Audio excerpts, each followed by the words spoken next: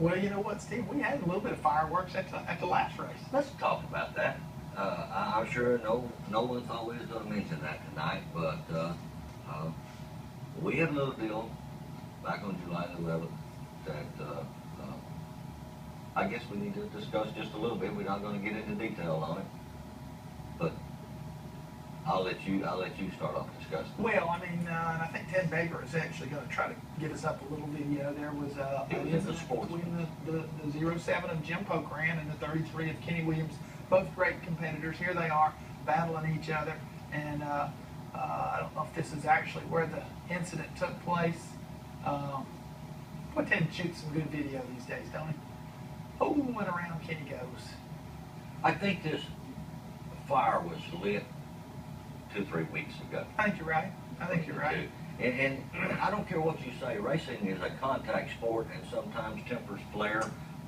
You and I both been there, done that, and we do things that next week we look back on and think, dadgummit, I wish I hadn't done it. Well, I've talked to both of these guys at length, Steve. And by the way, what ensued after that incident was Kenny kind of came after Jim under caution and ended up, spinning him out. And we can't condone that kind of stuff. And so both of those guys actually are facing one race suspensions. They won't be in action this Friday night. Unfortunately, because both of them were up pretty good in the point standings. Jim was actually 4th in the standings, so it's a big blow to him. But once again, we felt like we had to make a statement. We don't tolerate intentional wrecking, and certainly when guys are chasing each other. You know what, Steve? People talk about Bowman Gray Stadium, and it's a great place. I've actually got to go there once and see a race, and you can just about go on YouTube anytime and find an incident. And right now they've got a real rivalry brewing up there again. Yes, they do. But we can't do that here, especially on a half-mile track where the speeds are quite a bit greater. Bowman Gray's around a football field. It's around a football field. They don't run that fast, even with the tour modifieds. But nevertheless, those guys are facing a suspension now. The suspension pertains to the drivers. I don't know about Kenny Williams' plan. I mean, as far as doing any racing until our next event, which will be August the 8th, and we want to talk about that a little later in the show as well.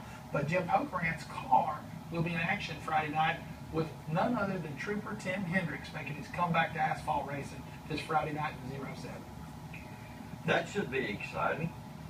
That should be really exciting. As a matter of fact, I've been talking to Tim quite a bit this week. We have his truck in the shop working on it, but I'm glad he's got this right. But like you were saying, real quick, then we're going to get off this. We're not going to beat a dead horse, but we preach to these guys and preach to them and preach to them. If we're under caution, we got a problem on the racetrack.